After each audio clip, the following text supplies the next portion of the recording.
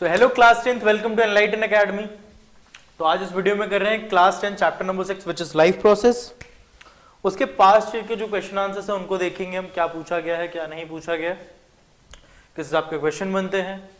कुछ क्वेश्चन आपको description box के लिंक के पीडीएफ में मिल जाएंगे, वो आपको खुद से करने हैं। यहां मैं कुछ क्वेश्चन डिस्कस कर रहा हूं जो बार बार पूछे जा रहे हैं। क्लियर? तो चलो स्टार्ट करते हैं, मजा आएगा।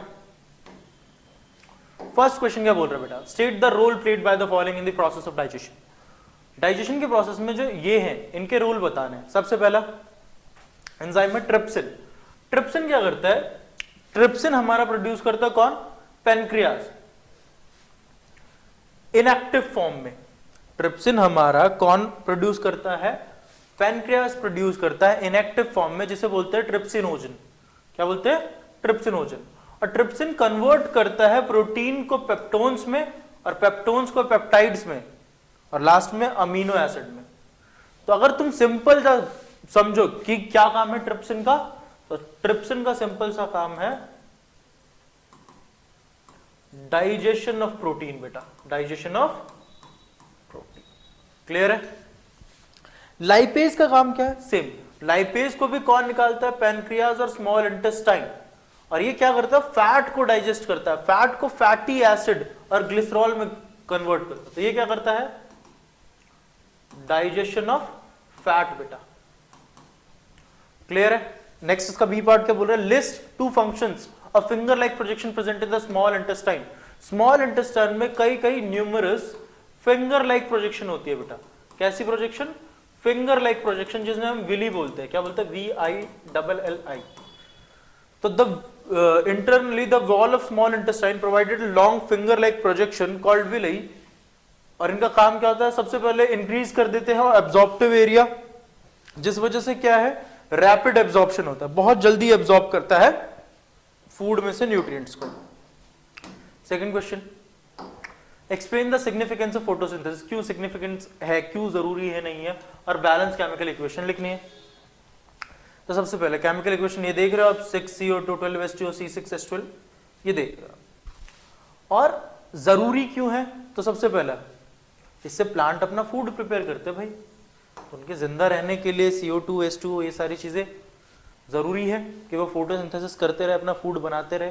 दूसरा, इसी का बाय प्रोडक्ट हमें ऑक्सीजन मिलता है तो हम जिंदा रह पाते हैं।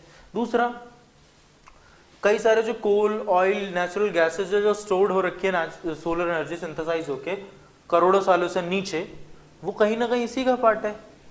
वो पेड़ पौधे जो बहुत हाई टेम्परेचर या हाई प्रेशर से किसी नेचुरल कैलामिटी की वजह से नीचे चले गए, और वो यहां बन के बैठे पड़े। क्लियर? आगे, explain the help of neat and well label diagram the different steps involve in the nutrition of amoeba. देखो बेटा कैसे होता है। अमीबा के पास ये है अमीबा, अमीबा के पास ये देख रहे हो, ये वाला पार्ट फूड है और ये पूरा अमीबा है, ये अंदर न्यूक्लियस है। अब ये क्या करेगा? ये दो फिंगर लाइक प्रोजेक्शन बना लेगा अपने पास, ऐसा एक, इसे बोलते हैं सूडोपोडिया। क्या बोलते हैं? सूडोपोडिया। और धीरे धीरे उसको अपने अंदर एनगल्फ करने लगेगा, धीरे धीरे उस फूड को अपने अंदर एनगल्फ करने लगेगा। अब अंदर डाइजेस्टिव एंजाइम इस पे काम करेंगे, धीरे धीरे वो पूरे बॉडी में मिक्स होगा, टूटेगा। देखो धीरे धीरे डाइजेस्ट हो रहा है, धीरे धीरे पूरी बॉडी में डिफ्यूज हो रहा है, एसिमुलेट हो रहा है। ठीक है? एंड में जो भी अनडाइजेस्टेड पार्ट होगा वो बाहर आने लगेगा। जो अनडाइजेस्टेड पार्ट है वो सेल मेम्ब्रेन उसे क्या करने लगेगी? बाहर करने लगेगी। तो ये स्टेप है। पहला इंजेक्शन जब खा रहा है, डाइजेशन जब डाइजेस्ट कर रहा है, एब्जॉर्प्शन जब एब्जॉर्ब कर रहा है, एसिमुलेशन जब फैला दिया, और अनडाइजेस्ट फूड को बाहर करना, इजेशन। नेक्स्ट क्वेश्चन क्या बोल रहा है? What is peristaltic movement? Simple, हमारे जो यहां पे है क्या है? ईसोफेगस। क्या है? कॉन्ट्रैक्शन एंड एक्सपेंशन, सिकुड़ना और फैलना। Contraction and expansion of oesophagus is called peristaltic movement. यही चीज यहां बोली है, relaxation of gut muscles to move partially digest food. Clear है? अच्छा, stomata remains closed in desert plant during a day time. क्यों और कैसे फिर हाउ फोटोसिंथेसिस होता है? जो बेटा हमारे डेजर्ट प्लांट होते हैं वो दिन के अंदर अपना स्टोमेटा बंद रखते हैं, जो स्मॉल स्मॉल पोर्स होते हैं उनके अंदर वो बंद रखते हैं अपनी पत्तियों के। रीजन, अगर वो खुला रहेगा, डेजर्ट है, बहुत ज्यादा गर्मी है, क्या होगा, एक्सेस लॉस ऑफ वाटर, पानी अपना बहुत ज्यादा खोने लगेगा, और वो ये नहीं चाहता। तो वो क्या करता है, रात के टाइम में वो जितनी CO2 एब्जॉर्ब कर सकता है एब्जॉर्ब कर लेता है सनराइज होने से पहले, और उसके बाद दिन के टाइम पे उससे अपना क्या कर लेता है, फोटोसिंथेसिस। यही बोला है।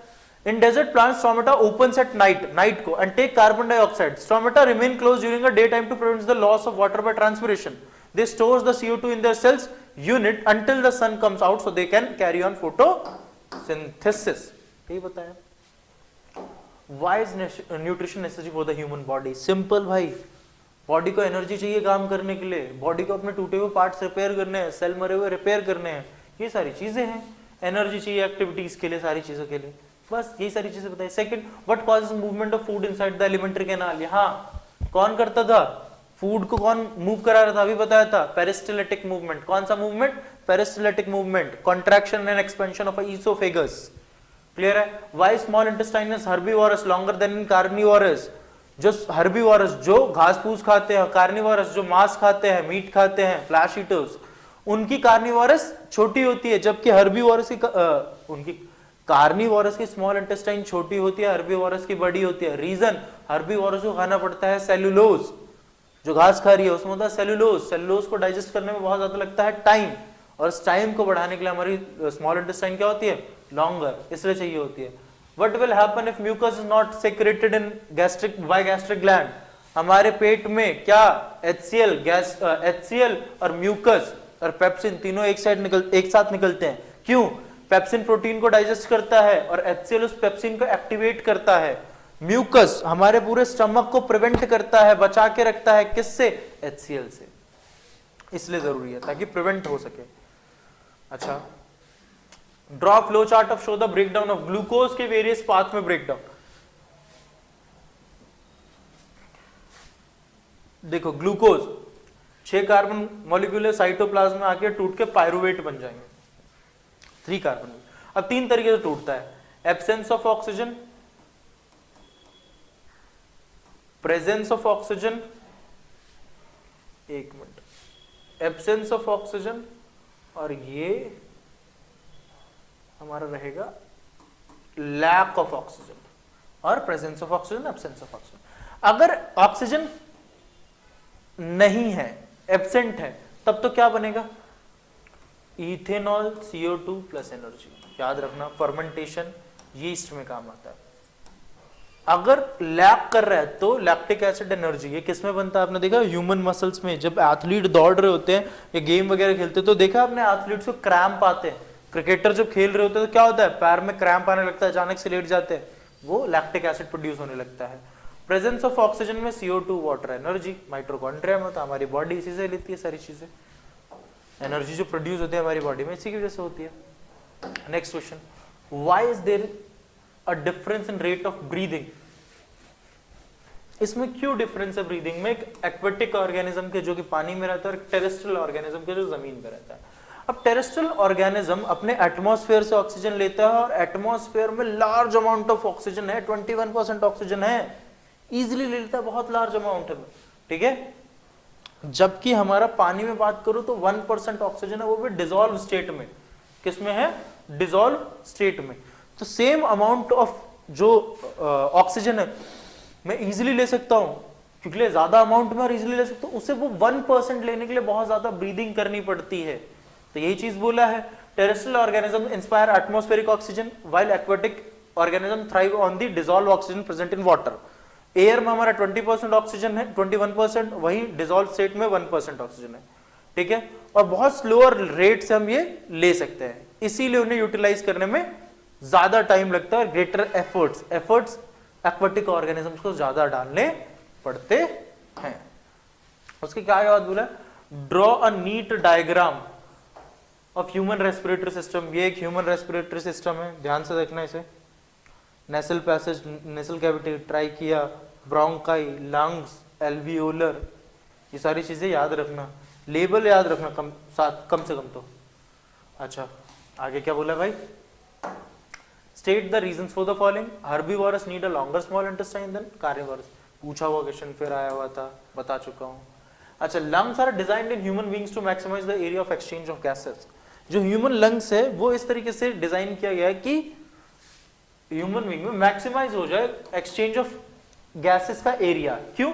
तो हमारे में हाईली ब्रांच नेटवर्क होता है, ठीक है, highly branch network. Human lungs have highly branch network of respiratory tubes, a primary bronchus divide into bronchi. अच्छा, जैसे छोटे जो दो ब्रोंकाई थे वो छोटे छोटे ब्रोंकाइल्स में डिवाइड हो गए और हर ब्रोंकाइल्स के पास क्या है, एल्वियोली। क्या है? एल्वियोली, छोटे छोटे एल्वियोली। अब ये एल्वियोली क्या करते हैं, यही फैसिलिटेट करते हैं एक्सचेंज ऑफ गैसेस को, यही फैसिलिटेट करते हैं एक्सचेंज ऑफ गैसेस को। Area of alveoli exchange of gases become fast and effective process, ठीक है। यहीं से जो एल्वियोली से ये पल्मोनरी ब्लड कैपिलरीज में डिसॉल्व होता है और CO2 डिफ्यूज होता है, बाहर आता है। ये याद रखना भाई। 3 टाइप्स ऑफ वेसल बताने हैं, 3 टाइप्स ऑफ ब्लड वेसल्स बताने। सबसे पहला आर्टरीज, ये कैरी करते हैं blood heart to the various part of the body. Arteries की वॉल थिक होती है, इलास्टिक होती है, मस्कुलर होती है, ठीक है, इजिली रप्चर नहीं होती, हार्ट कॉन्ट्रैक्ट फोर्स, इन सारी चीजों में आर्टरीज बेसिकली हमारा ब्लड हार्ट से पूरी बॉडी में पहुंचाता है। थिक होता है, इलास्टिक होता है, मस्कुलर होता है। वेन्स की बात करूं तो ये हमारा थिन ब्लड वेसल्स होते हैं। ये ब्लड को कहां लाते हैं, bring blood from the body back to the heart, ठीक है। ये ज्यादा लार्ज होते हैं, ज्यादा ब्लड होल्ड करते हैं, ठीक है, और रोकते हैं। इसके अंदर एक वॉल्व होती है जो कि ब्लड बैकवर्ड फ्लो ना करे, उस चीज को भी रोकती है। थर्ड है capillaries. Capillaries are thin walled and extremely narrow blood, बहुत पतली पतली होती है, ठीक है, जो कि आर्टरीज और वेन्स के टर्मिनल्स पे देखने को मिलेगी आपको। और ये वाटर के लिए परमिएबल होता है, यानी उसे आने जाने अंदर देता है, और उसके साथ सब्सटेंसेस को भी, तो परमिएबल मेम्ब्रेन है। इन सब के काम लिखने हैं आपको। जाइलम एक टिश्यू है जो कि transport of water and minerals में मदद करता है इन प्लांट। अच्छा, फ्लोएम की बात करूं तो फ्लोएम क्या करता है, जो भी फूड प्रिपेयर हुआ है वो फूड पूरे प्लांट में पहुंचाने का काम करता है। अच्छा, अब बात आती है पल्मोनरी वेन। किसकी? Pulmonary vein. तो पल्मोनरी वेन क्या करता है बेटा, ये ह्यूमन सर्कुलेटरी सिस्टम में oxygenated blood from lungs to the left atrium of the heart में लाता है। Pulmonary vein present in the human circulatory system brings oxygenated blood from lungs to the left atrium of the heart. Lung से left atrium में लाता है oxygenated blood को। उसके बाद क्या था बेटा, वेना कावा। वेना कावा क्या काम करता है, डीऑक्सीजनेटेड ब्लड कलेक्ट करता है हर वेन से एक्सेप्ट पल्मोनरी वेन और पास कर देता है right atrium of the heart में। क्लियर है बेटा? क्लियर है? तो उसके बाद क्या बोला, ऑर्टा। इसका काम क्या होता है, deoxygenation from the right atrium to the heart to lungs for oxygenation. Oxygenation ये तो हमारा वेना कावा वाला हो गया, ठीक है। वेना कावा समझ लिया हमने, सबसे पहले पल्मोनरी वेन समझ लिया था, वेना कावा समझ लिया हमने। पल्मोनरी, सॉरी एक मिनट, जाइलम हो गया हमारा, क्या क्या करता है, मिनरल और वाटर को ट्रांसपोर्टेशन। फ्लोएम हमने समझ लिया, फूड का ट्रांसपोर्टेशन। पल्मोनरी वेन समझ लिया हमें, क्या करता है, ऑक्सीजनेटेड ब्लड को लंग्स से लेफ्ट एट्रियम में लाता है। क्लियर है? फोर्थ क्या है, vena cava. Vena cava deoxygenated blood collect करता है सारी वेन से एक्सेप्ट पल्मोनरी वेन और उसे पास कर देता है राइट एट्रियम को। पल्मोनरी आर्टरी की बात करूं तो ट्रांसपोर्ट करता है deoxygenated blood right atrium of the heart to the lung, right atrium से लंग्स तक पहुंचाता है। ऑर्टा की बात करूं तो क्या करता है, transport oxygenated blood right atrium to the systematic artery, जो कि बाद में ब्लड्स तक पहुंचता है। क्लियर बेटा? नेक्स्ट क्वेश्चन क्या है, blood circulation in fishes is different from the blood circulation in human beings, justify statement. दोनों में ब्लड सर्कुलेशन अलग है ये बोला है। हाँ अलग है, कैसे? Fishes have only 2 chambered heart, ठीक है।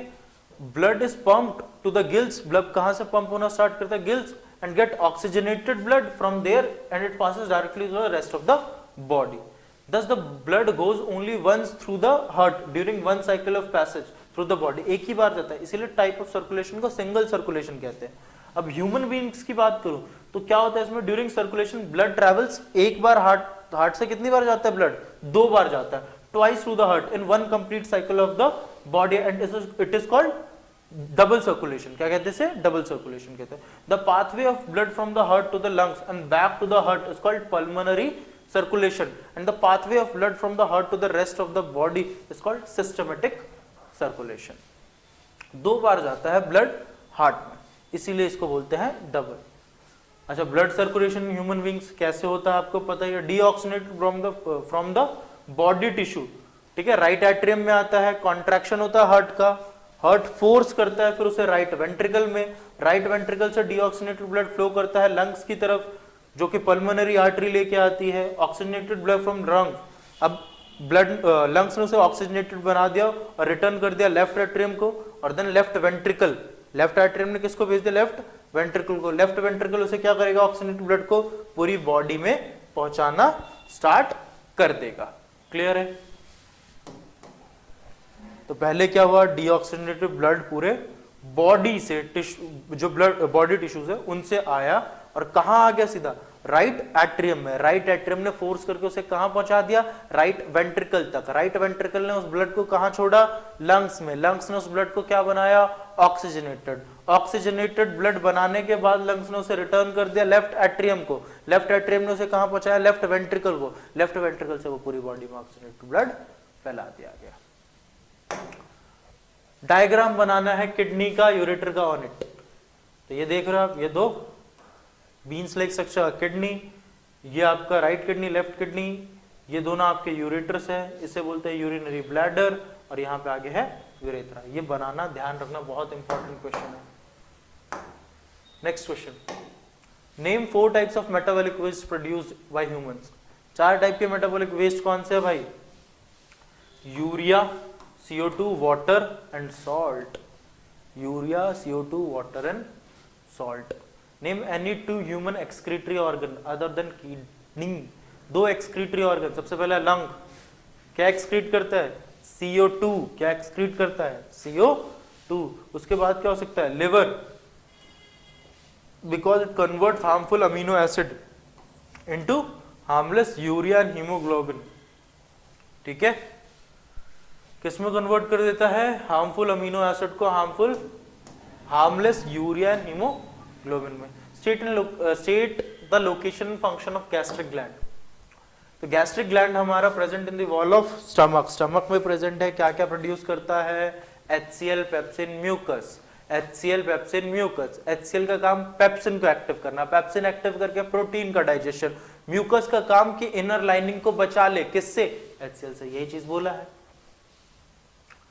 क्लियर. आगे बोल रहा most of the digestion and absorption of the food takes place in the, कहां होता है सबसे ज्यादा, एंड में. पूरा जो खत्म होकर आ जाता है वो स्मॉल इंटेस्टाइन में सबसे ज्यादा होता है. कहां होता है सबसे ज्यादा डाइजेशन एब्जॉर्प्शन, स्मॉल इंटेस्टाइन में. क्लियर. तो आई होप आपको सारी चीजें समझ आ गई होंगी. कुछ डाउट है कमेंट सेक्शन में छोड़ जाओ, क्लियर मिलेंगे. ठीक है, नेक्स्ट वीडियो में मिलेंगे.